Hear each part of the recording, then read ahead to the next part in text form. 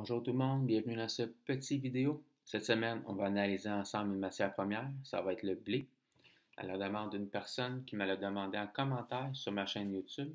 Et gênez-vous pas, s'il y a d'autres personnes qui aimeraient que j'analyse un marché pour vous, juste à me l'écrire en commentaire et je vais le faire la semaine prochaine.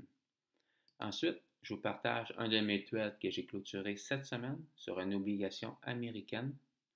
Je vous partage un autre thread que j'ai clôturé sur la matière première, la farine de soja. Et pour terminer, je vous partage mes performances de cette semaine. On voit ici, j'ai clôturé le pétrole. Toutes les positions, j'ai clôturé. J'ai environ 10 000 de profit. On regardera ça ensemble tantôt.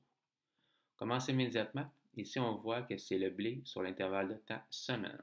Je vais essayer de faire ça le plus simple possible parce qu'en réalité, le trading, c'est très simple. On n'a pas à se casser la tête avec tous les détails superflus. Moi, quand je regarde le blé, ce que je vois, c'est qu'on est haussier ou baissier présentement. La tendance est haussière. Pourquoi? Voyez ici, jusqu'ici. Ça, c'est la force de l'offre des vendeurs. Cette semaine, on a cassé un gros point pivot ici.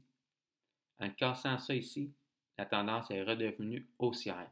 Pourquoi? Voyez, à partir d'ici à là, les acheteurs sont plus forts que les vendeurs. C'est aussi simple que ça. Sauf que là, ça ici, c'est des gros niveaux. On est sur l'intervalle de temps semaine. Nous, on fait du trading, alors on veut se positionner plus rapidement. Fait qu'on va aller voir sur un intervalle de temps plus petit. Ici, on voit encore, c'est le blé sur l'intervalle de temps 1 heure. Fait qu'on voit le gros niveau qui est ici et ici. Fait que ça ici, c'est la force des vendeurs de l'offre. Et quand on a cassé ici cette semaine, c'était une confirmation que les acheteurs ont repris la main. On le voit clairement comme ça. Si on aurait voulu jouer à la hausse ce marché, ici on voit on avait un beau point pivot majeur. Quand il a été cassé cette semaine, moi je m'aurais positionné exactement ici. Fait que la personne qui m'a demandé d'analyser le blé, si tu me l'aurais demandé la semaine d'avant, j'aurais pu te montrer que ça c'était un point pivot majeur. Puis à la cassure, on aurait pu se positionner ici. Fait qu'on voit, on se positionne ici. Puis présentement, moi, je serais encore sur ma position. J'aurais un stop loss un petit peu plus bas. Ça se peut que ça, vous voyez, c'est un très beau trade gagnant. Mais je ne l'aurais pas clôturé. Je garderai encore ma position. Ça ici, présentement, ce n'est pas un point pivot de continuation. Quand il va le devenir, si on recasserait par en haut, ça montrait que le mouvement en cours de la tendance haussière continuerait, puis on pourrait le jouer au complet. Par contre, si on continue à descendre cette semaine, ben, je couperais ma position ici, puis je prendrais ma petite perte. Puis ensuite, je continuerai à observer si le marché continuerait à descendre ou à monter pour continuer à le trader. Dans le fond, le trading directionnel, quand on casse des niveaux qui nous montrent que la tendance recommence, on se positionne. Et quand on se positionne, on peut rester positionné dessus 1 minute. La tendance peut durer juste 5 minutes, une journée, comme elle peut durer plusieurs mois. Et quand on pogne une tendance qui dure plusieurs mois, c'est là qu'on gagne beaucoup d'argent. J'espère que j'ai été assez clair pour l'analyse. Je continue. Regardez ici, c'est l'obligation américaine, le US T-Note, 10 ans sur le futur de mars. Le présent, présentement, on n'est pas sur le futur de mars parce que on est sur le comptant, le cash.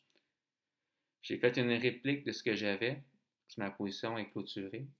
Et cette vidéo-là ici, il est la suite j'avais déjà partagé mon thread là-dessus le 14 janvier. Le marché est exactement ici quand je vous l'avais partagé le 14 janvier. Fait que si on examine ce thread ensemble, on voit ici on avait un beau pivot, un beau support intermédiaire. Quand il avait été cassé, je m'étais positionné exactement ici à la vente. Ici, on avait un beau support majeur. Quand il a été cassé, je m'étais positionné ici. Et on avait descendu, on avait formé un point pivot de continuation. Et quand il a été cassé, je m'étais positionné ici une troisième fois. Et cette semaine, environ ici exactement, quand le futur de mars est terminé, ben, j'ai pas re- j'ai pris mes profits sur ces trois positions. Je vais vous montrer ça tantôt. Je vous présente un autre de mes trades sur la farine de soja, intervalle de temps 30 minutes. Ici, on avait un beau point pivot majeur. Quand il était cassé, je m'étais positionné exactement ici. On a beaucoup monté, on a fait une petite correction, on a recommencé à monter et j'ai coupé ma position exactement ici.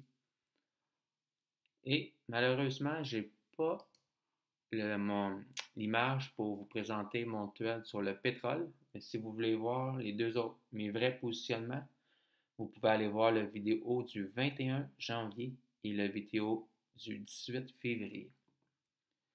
Parce que quand enfin, le futur est terminé sur ma plateforme de trading, mais j'ai plus accès à mes graphiques. C'est pour ça que je ne peux pas vous le présenter. Fait qu'ici, on voit que le 25 février, j'ai coupé mes deux positions sur le pétrole. Ça m'a donné un gain de 3000 et 4007. Ensuite, les obligations américaines, j'avais trois positions, le 25 aussi. Ça m'a donné 700 l'autre 1009, 2009.